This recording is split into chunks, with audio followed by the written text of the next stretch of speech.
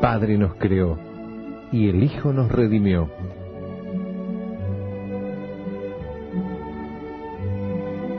Conocer y amar a Dios exige el esfuerzo de la inteligencia y la rectitud del corazón.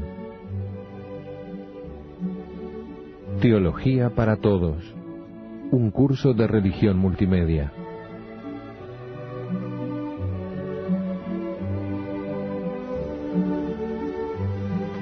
En el nombre del Padre, y del Hijo, y del Espíritu Santo. Amén. Bienvenidos nuevamente, queridos amigos, a nuestro programa, a nuestro curso Teología para Todos. Mónica, ¿cómo estás? Gracias por tu presencia, gracias por tu compañía, gracias por tu ayuda. Un gusto grande, gracias. Bueno, hoy vamos a hablar sobre el más allá. Vamos a hablar sobre lo que se llama también las postrimerías, o sea, lo que viene a los postres, ¿no? Lo que viene al final de la vida. En fin, creo que es bueno decir que al final de la vida con minúscula empieza la vida con mayúscula, y que en realidad lo importante es lo que viene después de esta vida, porque estamos de paso, somos peregrinos, no tenemos morada permanente, y este es un tiempo de prueba, este es un tiempo para amar a Dios sobre todas las cosas, al prójimo como a nosotros mismos, para después poder gozar de Él en la vida eterna, ¿no? En el cielo, en este lugar maravilloso que Dios ha preparado para aquellos que lo aman. Y es muy importante hablar un poquito de este tema, porque efectivamente hay personas que piensan que todo termina aquí en la tierra, que después de la muerte no hay nada. Y es una pena. La verdad que tenemos que hacer un gran apostolado, hablarlo, decirlo, explicarlo, enseñarlo, porque puede ser que corran peligros de encontrarse con una sorpresa, y si efectivamente no vivieron buscando la verdad, no fueron conscientes de que tenían que seguir esa ley que les marca el hacer el bien y el evitar el mal, quizás justamente se encuentren con la desgracia de la condenación, que es un tema del que hay que hablar, no para asustar a las personas, porque no tiene sentido asustar a nadie, y además nadie funciona en la vida por miedo, o sea que una persona por miedo puede ser que cuando sea chiquito, cuando no tenga mucho conocimiento, pero nosotros funcionamos a través, digamos, del amor, del respeto, de la conciencia, del conocimiento. Entonces estas verdades hay que predicarlas, hay que hablarlas. La semana pasada hablábamos, ¿se acuerdan de Vittorio Messori? Contamos una anécdota con un teólogo alemán. Y Vittorio Messori es aquel que también entrevista al Papa, y publica aquel libro, al Papa Juan Pablo II me refiero, y publica aquel libro Cruzando el umbral de la esperanza, ¿no? Y una de las preguntas que le hacen dice, dígame, Santo Padre, ¿el más allá todavía existe? ¿Por qué tanta gente de iglesia hoy nos hablan de lo terreno y han perdido esa visión vertical, ¿no? Bueno, la respuesta del Papa es preciosa, ¿no? Porque el Papa primero nos dice que la Iglesia no ha perdido este concepto ni lo puede perder, que los documentos más importantes de la Iglesia, por ejemplo el Concilio Vaticano II, en la Lumen Gentium, nos da una visión escatológica, o sea, una visión del más allá, y de la misión de la Iglesia, pero también el Papa en su humildad, y también él conoce la vida, dice, bueno, pero en parte usted tiene razón, porque es verdad, quizá algunas personas han perdido un poquito estos contenidos pastorales, pero nosotros, y él animaba muchísimo a que prediquemos en los retiros espirituales, en las catequesis, en este caso en un programa de televisión, que recordemos que estamos de paso, que lo importante es lo que viene después de esta vida en la tierra. Bueno, por eso vive siempre como quiere de morir, pues ciertamente antes o después todos moriremos. Dios no nos ha revelado cuándo será el día del llamado, y por eso nos anima justamente a estar atentos y vigilantes. Atentos y vigilantes, como que el Señor nos puede llamar en cualquier momento. Tener siempre la maleta preparada. ¿Qué quiere decir esto? Y estar siempre en gracia de Dios. Estar siempre dispuesto a que si el Señor me llama, yo pueda justamente ganarme el cielo, pueda participar de la eternidad con Él. Porque efectivamente, si ha habido en nuestra vida un tropiezo, un pecado, algo grave, bueno, me he arrepentido, he pedido perdón, me he acercado al sacramento de la reconciliación. O sea, que estemos siempre bien dispuestos y bien preparados para poder alcanzar la bienaventuranza eterna si el Señor nos llama. La vida terrenal no es la definitiva y tampoco es la eterna. Debemos vivir esta vida orientada hacia la otra, hacia la definitiva. Es notable cómo las personas que de pronto, por una enfermedad o por una determinada circunstancia, le dicen que tiene muy poco tiempo de vida. Bueno, la experiencia de todas esas personas es que les cambia completamente su escala de valores. Y lo que quizá antes de esa noticia era algo urgente, importantísimo, vital, pasa a último o anteúltimo plano y recobra importancia otras cosas que son muchísimo más importantes, como es la propia vida espiritual, la familia, los amigos y tantos temas, ¿no? Por eso vivamos con la cabeza puesta en el cielo, en el más allá, en que efectivamente nosotros ahora estamos construyendo la eternidad. Léeme por favor, Mónica, lo que dice sobre la muerte. La muerte es la separación del alma del cuerpo. El cuerpo va a la sepultura y allí se convierte en polvo. El alma, en cambio, constitutivo esencial de la persona, sigue viviendo. Esto es dogma de fe. El materialista tendrá una verdadera sorpresa. Exactamente. Teológicamente, la definición de muerte es la separación del alma del cuerpo. Ya cuando el cuerpo no puede mantener alma, porque está enfermo o porque ha sufrido un accidente o lo que sea, entonces el alma se separa del cuerpo. No sabemos cuándo es el momento. Ya bastantes dificultades tienen los médicos con determinar cuándo es la muerte física, digamos. Mucho más difícil es determinar cuándo realmente llega el momento de la muerte espiritualmente. De hecho, por ejemplo, los sacerdotes, que damos el sacramento de la unción de los enfermos, y es un sacramento que se da a personas vivas, ¿no?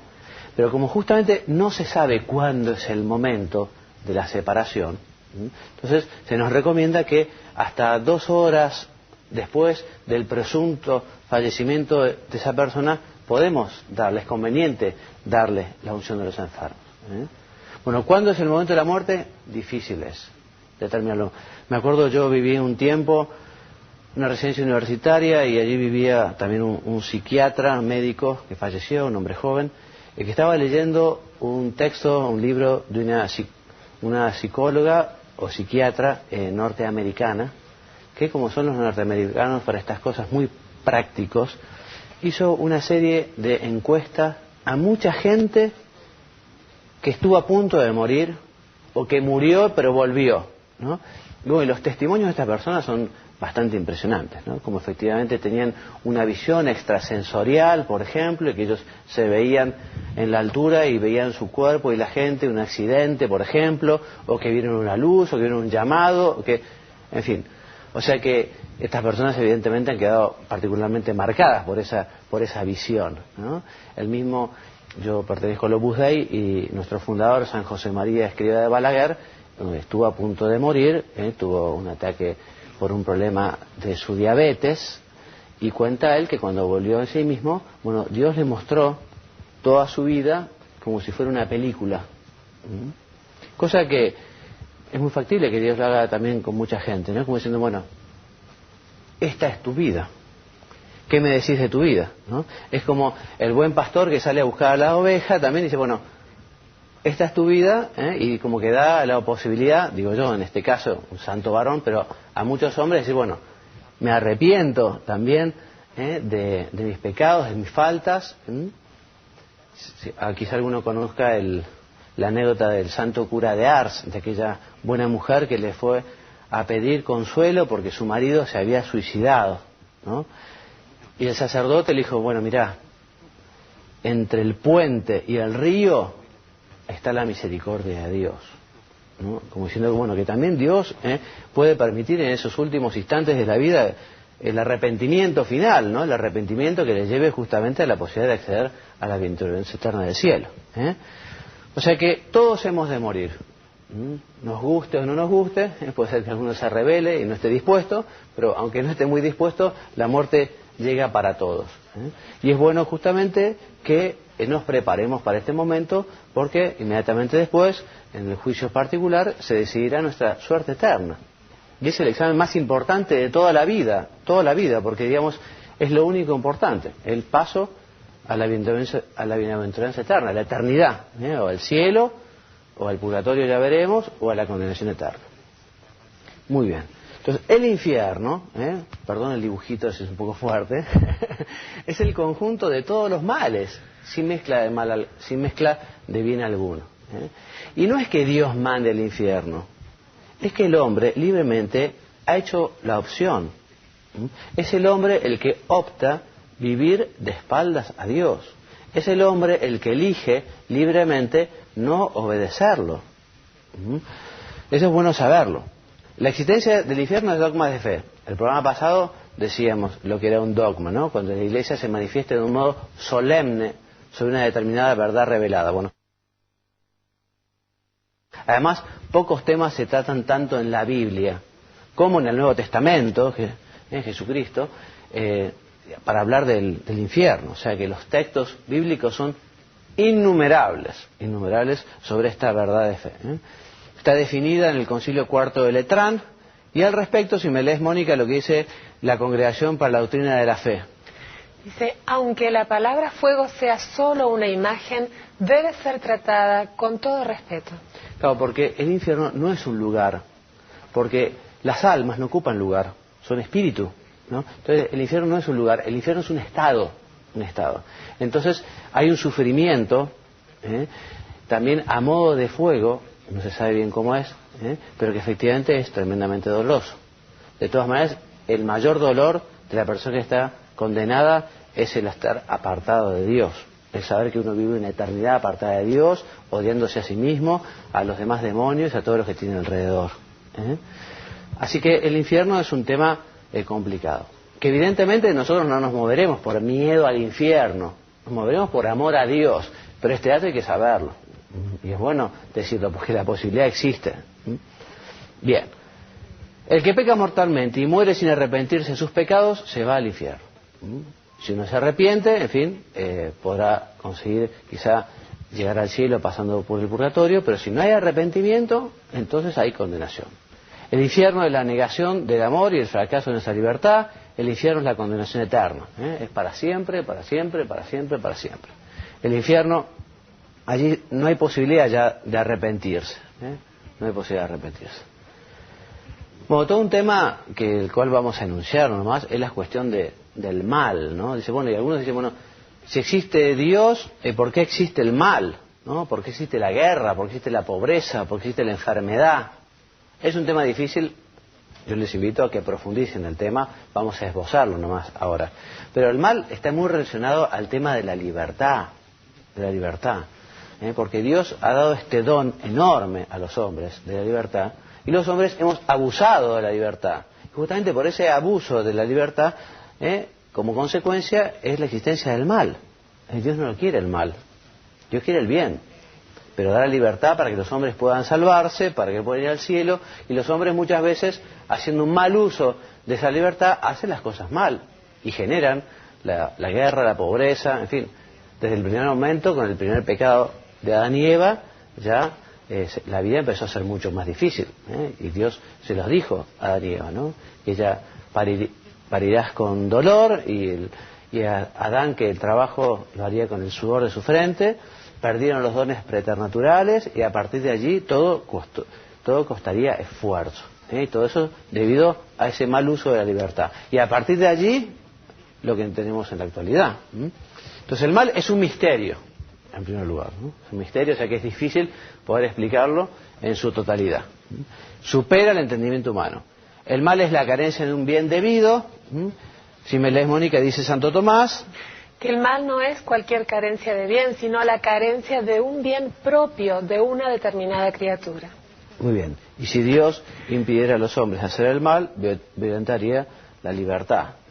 O sea que Dios nos ha querido libres, para que libres podamos tener mérito y para que con ese mérito podamos alcanzar el cielo y la bienaventuranza eterna. El cielo entonces es la felicidad para siempre, para siempre, para siempre, para siempre. Una felicidad que no cansa. Aquí en la tierra muchas cosas, por muy lindas que sean, cansan. Las vacaciones a los chicos llega un momento tal que cansa. Aunque a uno le guste mucho el dulce de leche, quizás si se come 2 frascos se cansa. O sea, que toda felicidad aquí en la tierra es pasajera, ¿no? Pero en el cielo va a ser una felicidad y una alegría inconmensurable que no cansa nunca, porque vamos a estar justamente en la presencia de Dios, de la Virgen, de los santos. Ese es el lugar que Dios ha pensado para los que le aman. Pensemos un poco nosotros, que somos criaturas muy limitadas y evidentemente no somos tan buenos como lo es Dios. Cuando queremos algo, o cuando queremos a alguien, mejor dicho, estamos dispuestos a hacer grandes sacrificios. Y nos está dispuesto a hacer grandes sacrificios para dar alegría, contento, felicidad a la persona que quiere, ¿no? E incluso hasta puede hacer grandes sacrificios monetarios para poder hacer un regalo que es costoso, pero que sabe que será un motivo de alegría para esa persona.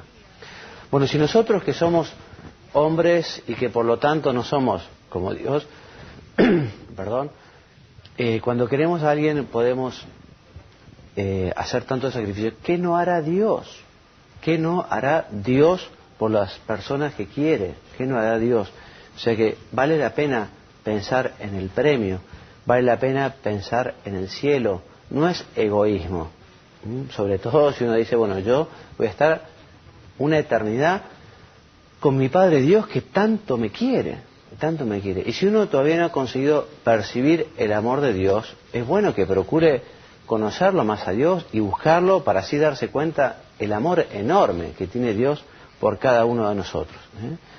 El cielo es un estado, pero podemos decir que sí es un lugar porque en cuerpo y alma están la Virgen y nuestro Señor, por lo menos. Y además, el día de mañana, ustedes saben, y además lo vamos a ver en un ratito, las almas se volverán a unir a los cuerpos. Entonces la bienaventuranza eterna del cielo y la condenación eterna del infierno, después del juicio, o con el juicio final, será en cuerpo y alma. O sea que gozaremos en cuerpo y alma, con un cuerpo espléndido, maravilloso, como en su mejor momento.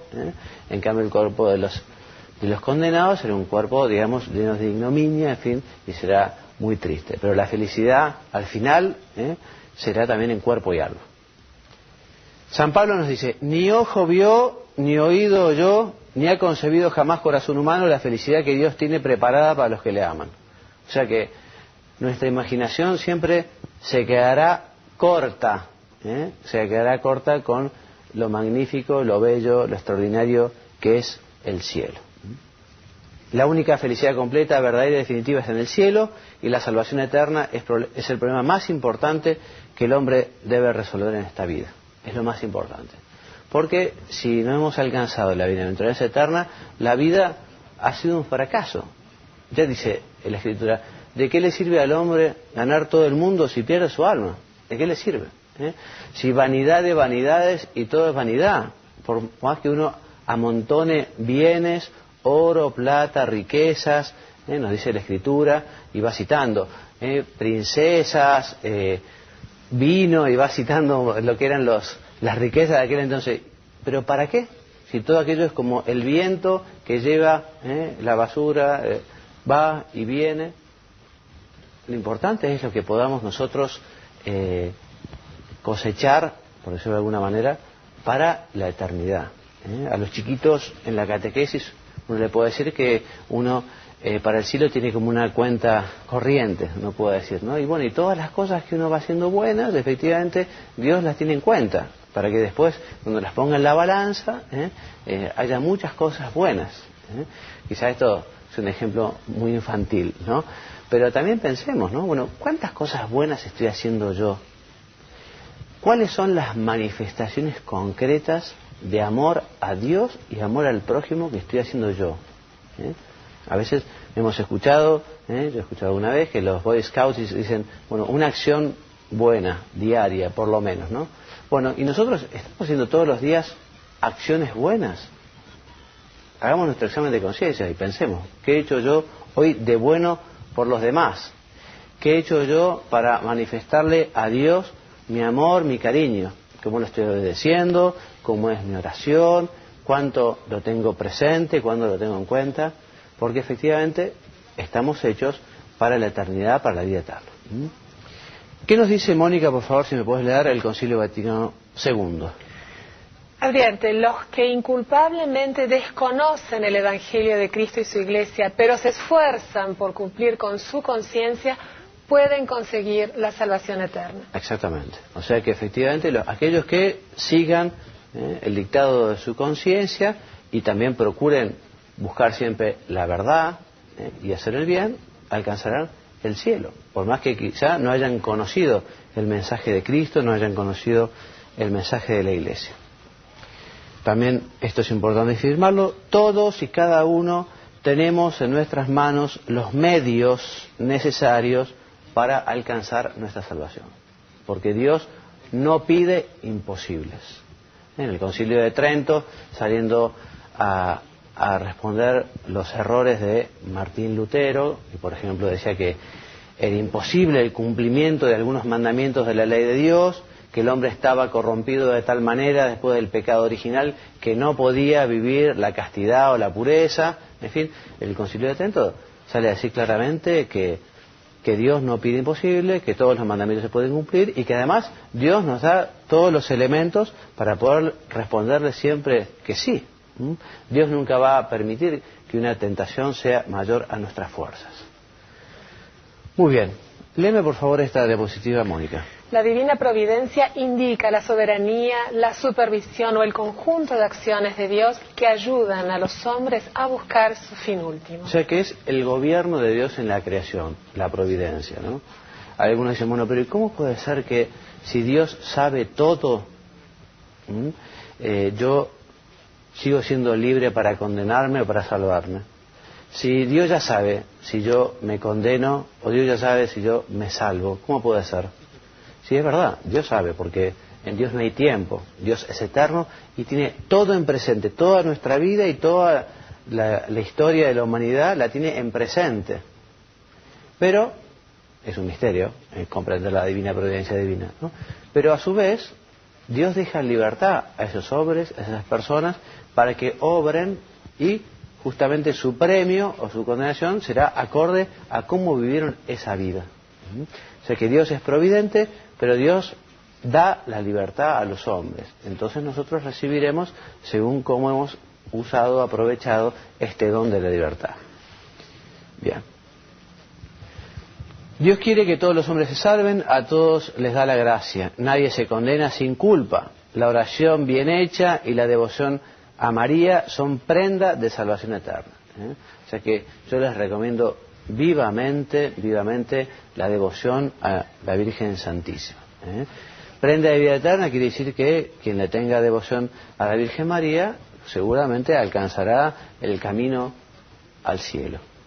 Y es bueno que cuando recemos el Ave María pensemos qué es lo que decimos. Nosotros rezamos a diario, ruega por nosotros pecadores ahora, que es el momento de merecer, ahora que es el momento de hacer cosas buenas, ahora que tengo este problema, ahora que está esta situación, ahora que estoy enfermo, o ahora que estoy contento, o ahora que estoy deprimido. Ruega por mí, ruega por nosotros pecadores ahora.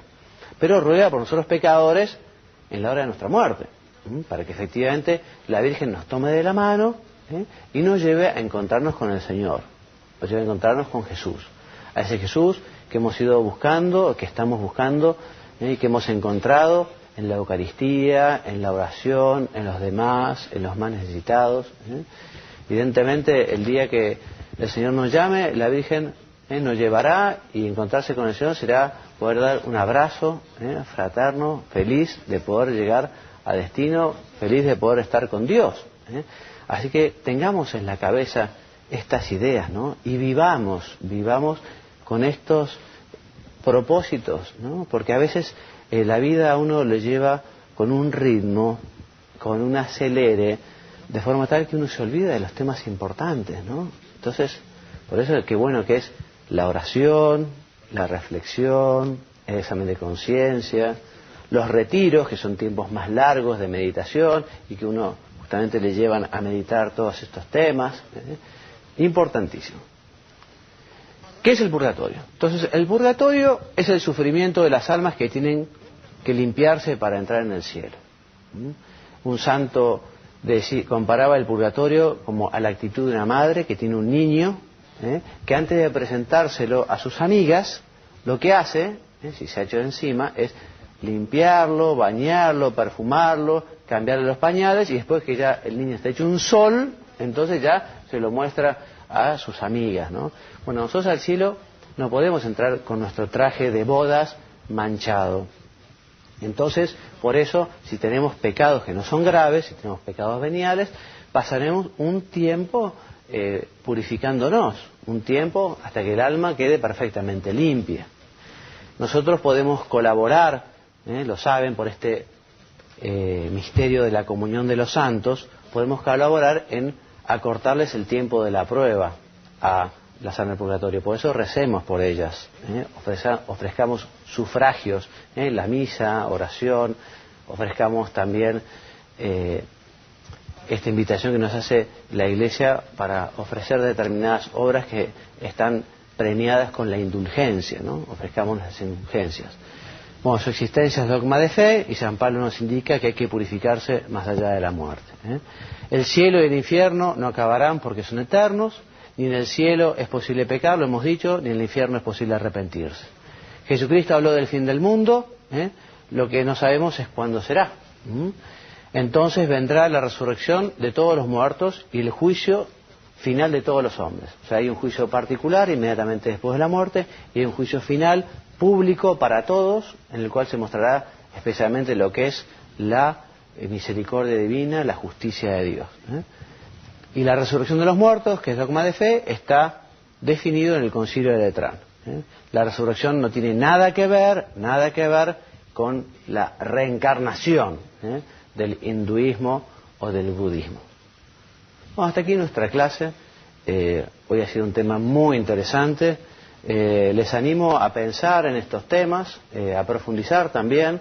Seguramente en sus casas muchos tienen el catecismo de la Iglesia Católica. Si no lo tienen, traten de conseguirlo.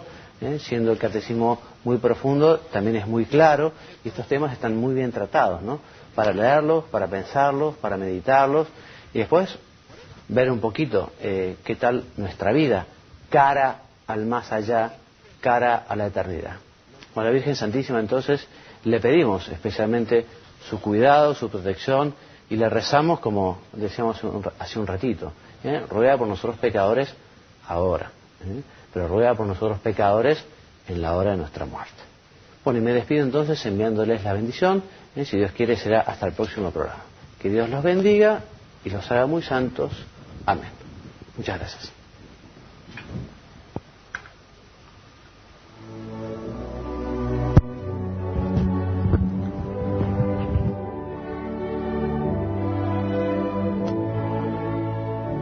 El Padre nos creó y el Hijo nos redimió.